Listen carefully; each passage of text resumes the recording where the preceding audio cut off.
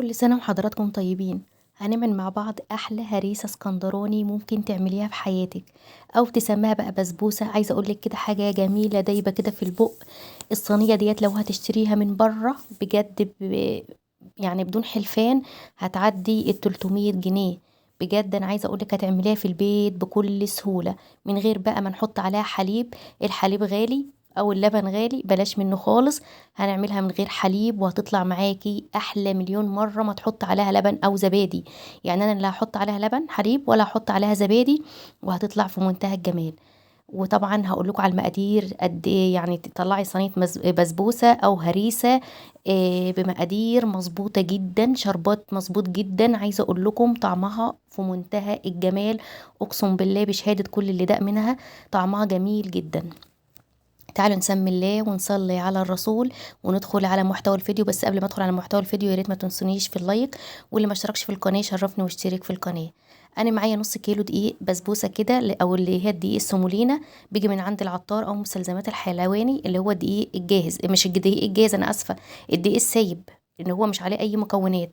حطيت عليه ايه؟ حطيت عليه معلقتين من الدقيق ومعلقتين من جوز الهند، وكمان معلقتين حليب بودر او لبن بودر. ليه بقى؟ لان انا مش هحط خالص حليب نهائي ولا زبادي، وكمان ربع معلقه صغيره كده من البيكنج باودر. هقلب كل المكونات كده مع بعضها. على فكره انا هقول هكتب لكم المكونات كده تاني في صندوق الوصف. اللي ما يعرفش صندوق الوصف يدخل على عنوان الفيديو ويتك عليه، هيوصله لصندوق الوصف، هيبقى مكتوب فيها كل المكونات والمقادير. تمام. هقلب كده المكونات كده وهركنها على جنب.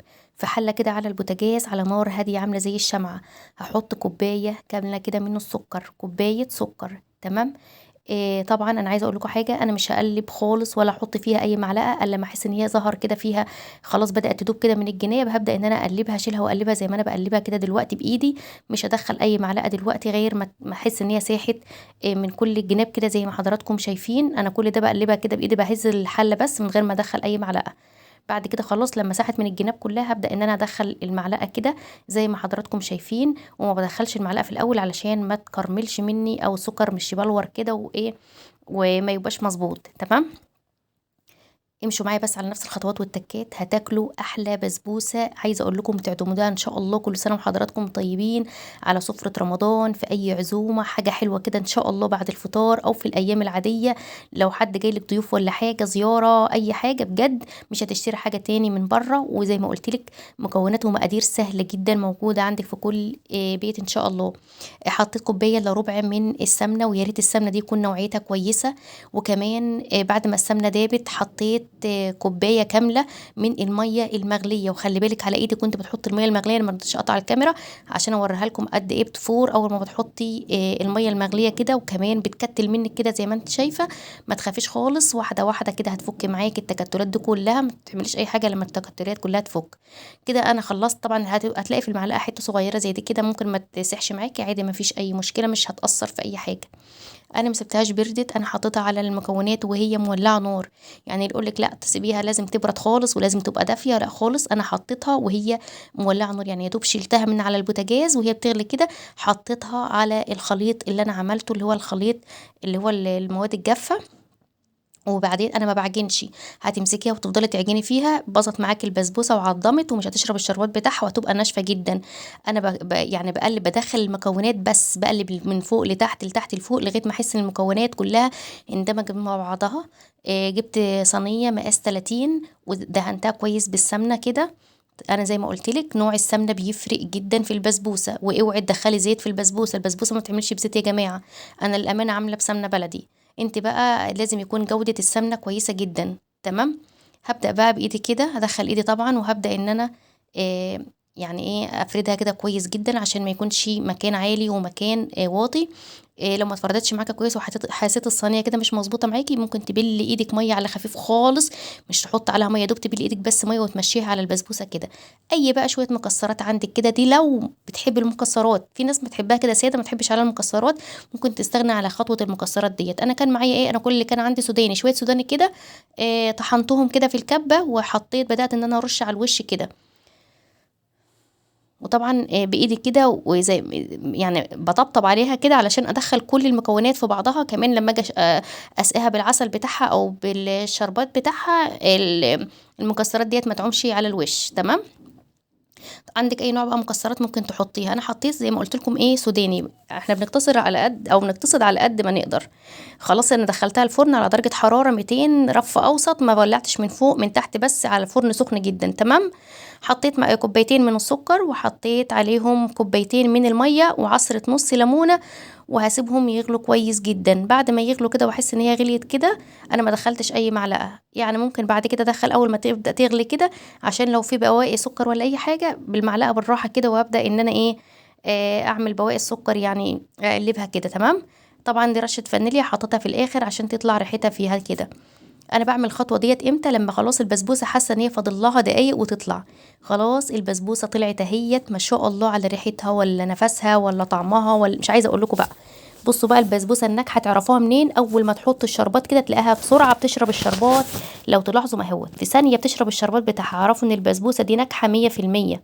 لو البسبوسه الشربات بتاعها كله واقف عليها كده ومش راضيه تشربه، او ما شربتش نص كميه الشربات اللي انت حطاها، بس اعرف ان البسبوسه ديت هتطلع ناشفه معاكي ومش كويسه خالص. لو تلاحظوا ما شاء الله بتشرب بسرعه الشربات ازاي. ما شاء الله اهي، ما شاء الله خدت معايا الشربات كله اللي انا عاملاه، اللي هو كوبايتين السكر وكوبايتين الميه، والشويه المتبقيين اللي انتوا شايفينهم على الوش ديت حالا هتشربهم. وهبدا وهي سخنه كده غطيها باي غطا عندك، باي حاجه عندك، وسيبيها كده تبرد كده مع نفسها كده بقى. وهوريك الجمال بتاعها وانا بقطعها دلوقتي، قدين دايبه كده وطريه ما شاء الله. عايزه اقول لكم تحفه بجد، انا عايزاكم تجربوها. لا حطينا بقى زبادي ولا حطينا حليب. وعلى فكره معلقتين اللبن البودر اللي انا حطيتهم في الاول، لو مش موجودين ممكن تستغنى عنهم عادي، ما فيش اي مشكله، مش هيأثر برضو على الوصفه، هو بس بالدسامه كده وخلاص. انا دلوقتي غطيتها واسيبها تبرد وهوريها لكم تاني اهي. بعد ما بردت بقى هنقطعها بقى مع بعض. ما شاء الله انا عايزه اقول لكم بقى في منتهى الروعه والجمال. لو انت مبتدئه او لسه ما دخلتيش المطبخ قبل كده، او خايفه تعملها لا تفشل منك، امشي على نفس الخطوات والتكات. اهم حاجه ما تعجنيش البسبوسه. البسبوسه ما بتتعجنش، انت بتدخلي بس كل المكونات، بتقلبيها بالراحه كده، تدخلي المكونات في بعضها وخلاص. اول ما تحسي ان كل المكونات دخلت في بعضها، حطيها في الصينيه وعلى الفرن وحطيها. تمام. اول ما تحسي ان هي اصفرت كده من الجناب، ولعي عليها الشوايه من فوق وانت واقفه جنبها كده. بصوا بصوا قدين دايبه وجميله. بصوا يعني اكيد الصوره موضحه. ما شاء الله دايبه حلوه قوي قوي قوي، شاربه الشربات بتاعها كله ما شاء الله. بصوا عامله ازاي، جميله جميله، ولا افخم محل حلواني يطلعها بالجمال ده بجد. انا عايزه بقى لايك، وعايزه كومنت حلو كده يشجعني زيكم كده على الفيديو الحلو دوت. بجد يعني احنا يعتبر ما كلفناهاش حاجه، السمنه وهي موجوده عندنا في البيت، والدقيق نص كيلو دي بسبوسه ما شاء الله عامل لي يمكن 2 كيلو بسبوسه من اللي احنا بنشتريها من بره. وجوده السمنه زي ما قلت لكم لازم تكون حلوه كويسه، يعني ممكن تحطوا نص سمنه عاديه على نص سمنه بلدي، بحيث ان هي تبقى طعمها حلو، كمان تدي لها طعم. انتوا عارفين البسبوسه بتحب السمنه تكون جودتها نظيفه يعني وكويسه. عايزه بقى كومنت حلو كده يشجعني كده. شوفوا ما شاء الله بجد مش قادره ابطل اكل من جمالها. شوفوا قدين حلوه قوي قوي قوي، مستويه، شاربه الشربات بتاعها، وكمان مع انها دايبه متماسكه برضو، يعني هي دايبه وفي نفس الوقت متماسكه.